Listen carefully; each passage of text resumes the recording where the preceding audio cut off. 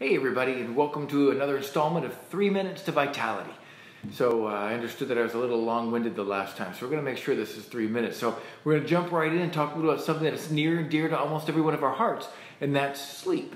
And it's amazing what sleep is, because some people, if I said, what's a long-term strategy for better health, anti-aging, and global expression of vitality overall? Sleep. Right? It's kind of unsexy. It's not very exciting, but it's so overlooked. And when you stop and you think about it, just getting short 1 hour a night. If you need 8 hours of sleep and you get one short 1 hour, and most people will say, hey, 7 hours, that's not so bad, but that's 365 hours in any given year, which is amazing. And at 8 hours of sleep, that comes out to be about I forget how many days of sleep it is, but it's a lot of days of sleep. It's like 40 days or something like that, that we actually missed our night's sleep, which is, it almost seems impossible, but true. Could you imagine going without sleep for 40 days during the year, and that's what missing 1 hour will do to us? It's pretty amazing stuff. So sleep itself is great for anti-aging. Why? Because it cleans up the brain at night. Our brains actually go into a different state. They actually shrink in size, which is really quite amazing as well. And there's these different cells in our brains called the glial cells. We talked about that in a previous video, and inflammation of those glial cells causing dementia.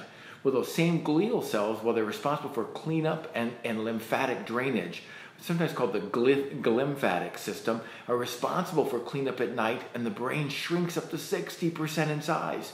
And that activity of cleanup goes up nearly 10 times, 1,000% increase while we're sleeping. So to maintain memory, to help prevent Alzheimer's disease, and just cognitive function overall, sleep earlier on as a strategy during the course of our lifetimes is a huge strategy to help prevent decline when we're older. It also has been shown that people who get 5 hours of sleep or less are more than 200% more likely to actually suffer from a heart attack, stroke, high blood pressure, cardiac arrhythmia, from cardiovascular incidents of all kinds. Which is amazing. And usually most people don't get too much sleep, but even too much is a problem, because people who get 9.5 hours of sleep will be 50%, not as much, but 50% more likely to have a cardiovascular incident. Lack of sleep also puts us at risk of type 2 diabetes, because we become insulin resistant. It changes our hormone expression in our bodies. It changes thyroid levels. It changes things called leptin and ghrelin, which make our hunger be altered. So leptin is actually one that makes us feel like we're satisfied and don't need to eat. Ghrelin says we're hungry. When we get not enough sleep, what happens? The ghrelin goes up, we feel hungry and hungrier, and the leptin levels go down, so we actually feel less and less satisfied, a recipe for eating more. And since the brain eats glucose, which is sugar, when it's deprived and it feels like it needs more juice and energy, what does it want? Because it didn't get it via sleep, it wants it via glucose, so you crave sugar, you crave starches, you crave things. So my goodness gracious, it's a recipe for actually type 2 diabetes, for cardiovascular disease, for obesity, and any host of other conditions. So, wow, what a simple strategy to actually think of sleep, because we think of it as not as important. I have a good friend of mine who used to always say, I'll sleep when I'm dead. And then I used to always look at him and say, well, guess what? That's going to happen a lot sooner than you realized if you keep up this pace, because we need to get to bed.